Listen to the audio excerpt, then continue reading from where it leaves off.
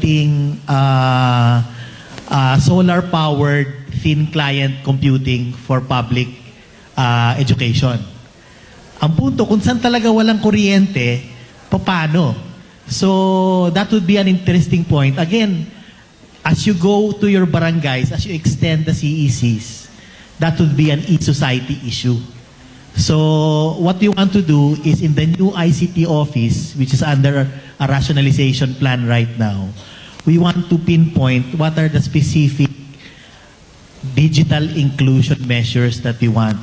So, and the last thing I will mention is, yun nga, kung ang tanong, Doc, ay ano ba pwedeng gawin ng ano?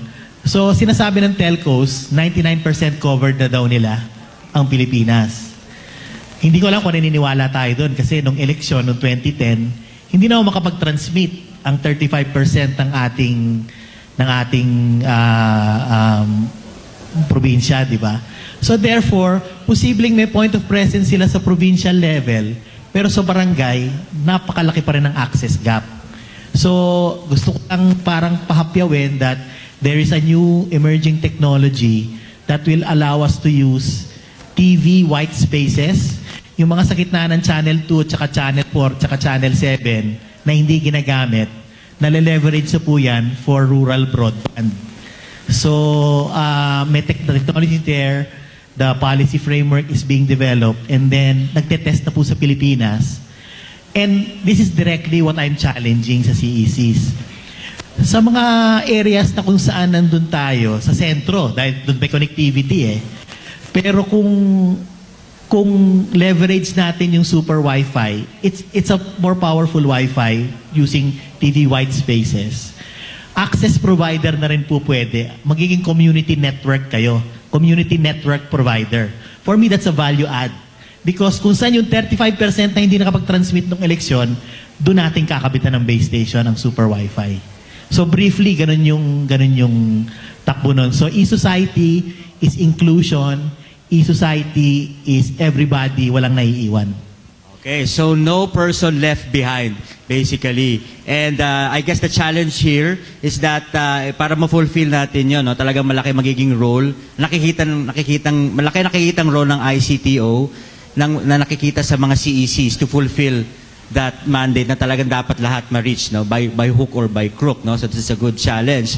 So you touched about Al, you touched about content. That's also one of the challenges that you are throwing with our community centers, no. So actually, PhilSecNet has piloted what we call community-based content development, no. And for example, we've touched on creating content with the help of our CECs on topics such as health, such as education, agriculture, and livelihood. Because we feel that at least sa content, there's a lot of opportunity with your CECs, no? So actually, there will be four community centers that we will be parang certifying as centers of excellence in content development, no? But I touched on areas such as education, health, livelihood, entrepreneurship, no? So I guess our next four speakers, I'd like to get your opinions on this, no? So if I can ask Irma, no?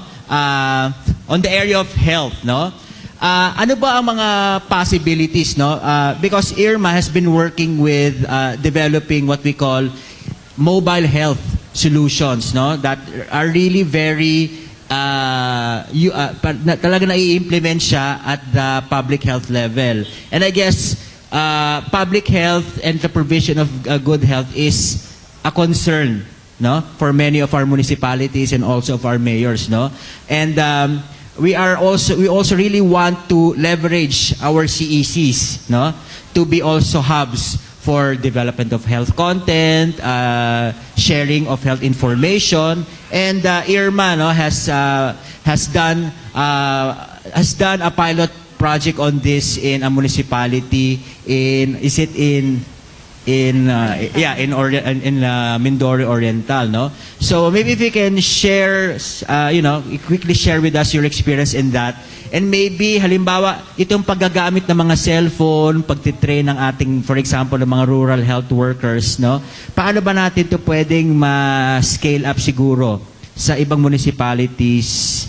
And then paano to sa palagay mo paano to magiging mas priority ng mga community centers? Okay, so before siguro sasagutin ko kung paano ipa-prioritize. Malaki talaga ang role ng CEC natin, particularly influencing our local government officials and the local chief executives. On the places that I've been through, tinatanong ko kung sa implementation ng e-governance, ang pinakauna-unang kino-computerize ng local government is the budget, financing, statistics, and so on. And then pag ang pinakahuling nakaka-receive ng ICT grants or assistance ng paggamit ng computer is the healthcare. Agree ba kayo doon? Sino nga pakitaas ng kamay? Kung sino sa inyo ang healthcare, sa healthcare ninyo sa RHU ang hindi pa nagkaroon ng computers?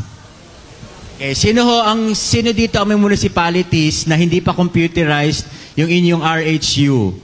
Pakitaas po ng kamay. Meron bang ganon? Oy, marami ng computerized. Marami ng computers? Okay. Sa mga hindi pa po naka-computerize, kasi ang sagot nila sa akin, ma'am, kaya po naman, ang pinakalas po ay ang mga health people na makareceive ng computer. Kasi po, palagi naman po sila sa field at hindi naman po nila ginagamit yung computer, only gagamitin lang nila maglalaro. At saka isa pa po, matatanda na po yung mga midwives at hindi na po nila kailangan ng training. So yun po yung lagi nilang sinasagot sa amin. So kung yun po yung pananaw ng ating CEC, how much more yung feeling ng mga midwives na takot sila sa technology. Where in fact, our healthcare system uses or utilizes and gathers the most number of data sa ating mga community. So, considering na they've been carrying lots of booklets na when they go to the barangays, just mere fact na thinking, pwede kaya natin itong i-computerize so that instead na mag-iisip sila magsusulat sa papel, why not put it in a computer so that it will be systematically arranged, systematically gathered, so that when they do decision makings, it would be easier for them to see or to decide which health priority are they going to address. So isa po yun sa magiging role po ng ating CEC na pakitulungan namang assess ng capacity ng ating rural health unit at makita yung need or pangangailangan ng computerization din ng ating mga health workers. Pangalawa po, kung ano po ba yung pwede pa nating maitulong, kasi yung isa naming experience is that with the Rojas municipality, we asked them to train our midwives, nurses, and doctors on the use of computer. And also, because we provided them computers at the rural health level, they also